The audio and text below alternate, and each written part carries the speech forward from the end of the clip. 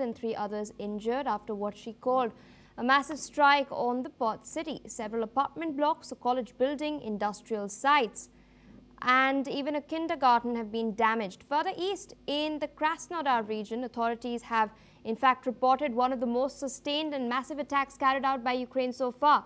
Officials say that at least 6 people were wounded and around 20 homes across 5 municipalities were damaged.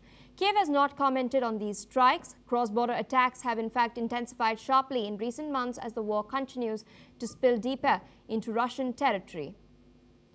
In further developments, powerful explosions have been heard across Ukraine's capital Kiev after a wave of Russian strikes triggered a citywide air alert overnight. According to emergency officials, the overnight bombardment has killed 2 people and wounded 6 others. Local authorities say that Russian drones sparked fires in several apartment buildings in Kiev, causing significant damage.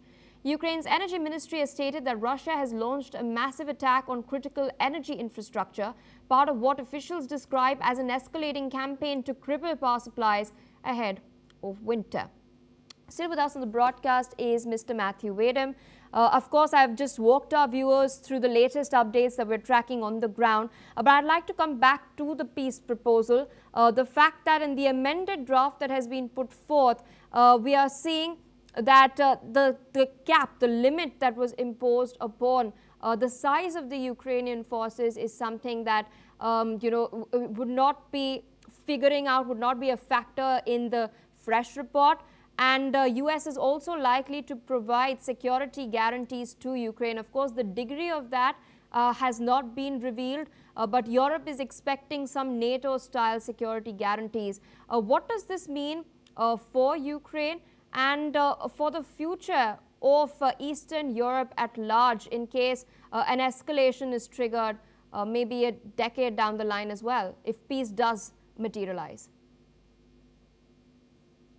I suspect that the United States is meeting resistance from Ukraine because Ukraine decades ago thought that the United States would be its defender if Russia attacked it.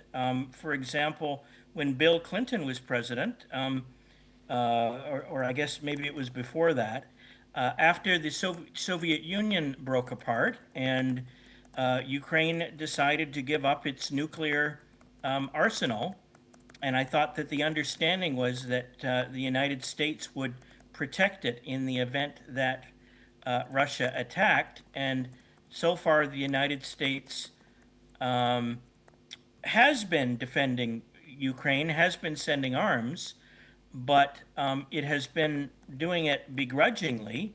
And I suspect that Ukrainians are suspicious about what Uncle Sam's motives are, and if the United States is in it for the long haul.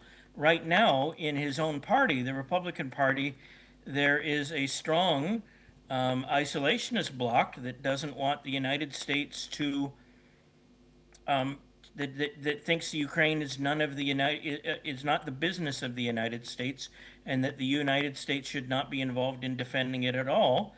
On the other side, other realists in the Republican Party and some in the Democratic Party say, a few in the Democratic Party, not many, but some, say that Russia is an ally of China, and communist China is bad. So we really have to defend. It's important to defend Ukraine. So I can understand why Ukraine is suspicious at this point, and so far in the U.S. seems to be showing a bias in favor of Russia. But I don't know if that's going to what the final agreement is going to look like if an agreement is reached. So there may not be a Russian bias in the end, but right now, Trump certainly seems to be trying to help the Russians a little bit more than he's trying to help Ukrainians. All right, sir. With that, I'd like to thank you for taking our time sharing your analysis with our viewers on NewsX World. In other news we're tracking, we're now learning that President Trump is